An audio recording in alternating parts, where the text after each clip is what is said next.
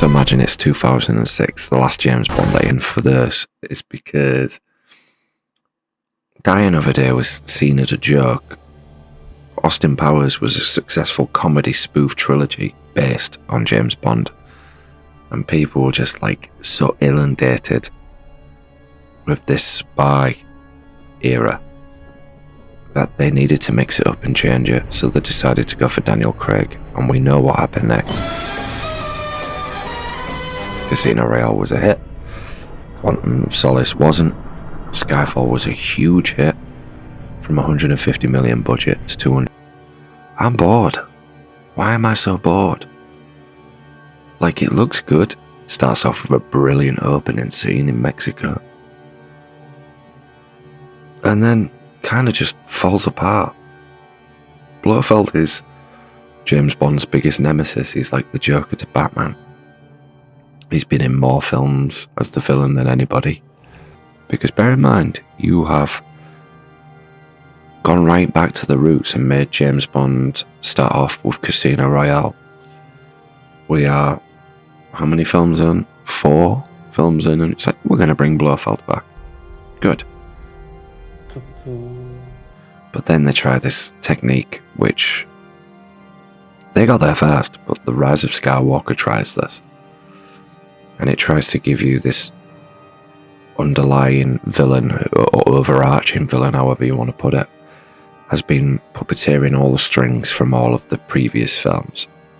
Now, that's not true.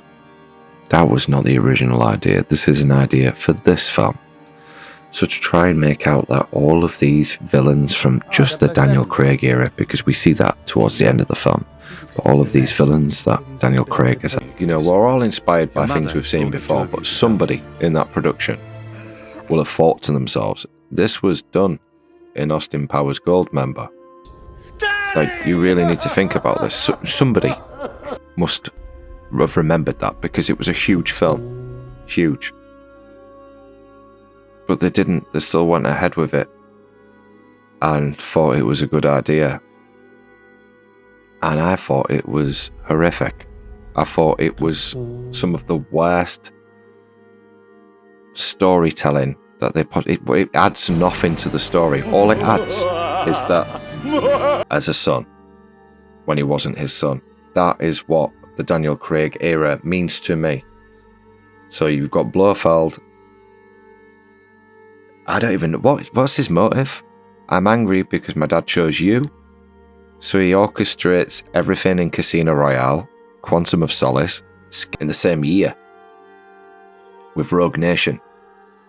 You know, this secret society that's pulling the strings, and it's just like, come on, man, where is your writing? Like, who is writing this stuff for you? Like, it's just so drab. It oozes drabness. Now, I decided to rewatch it this week. And I thought in my mind, I do not like this. I'm going to give it a go. I'm going to hate this film. Starts off, Mexico City. Wonderful. I'm thinking, this is good. You get the fantastic intro song and the graphics and everything. And it's good. It's warm. It's gone from being this cold blue in Skyfall to being this gold and brown and beautiful, like, swarm of warming colours for the intro credits. So for that, you know, I'm in. And I'm sat there and I'm watching it, and I think to myself, have I been too harsh on this film? Then we get this little bit of comedy, just a tiny bit, just a little nod to the Roger Moore era where he falls coincidentally onto a sofa and the audience is meant to laugh, and then it goes back to being serious, which is fine. At the time, I couldn't stand it. I was sat in the cinema and I thought, what are you doing? You promised that you was going to make these your own thing. You're not going to do these cliche things that made the franchise become so silly with Die Another Day, with all the quips and the stupidity.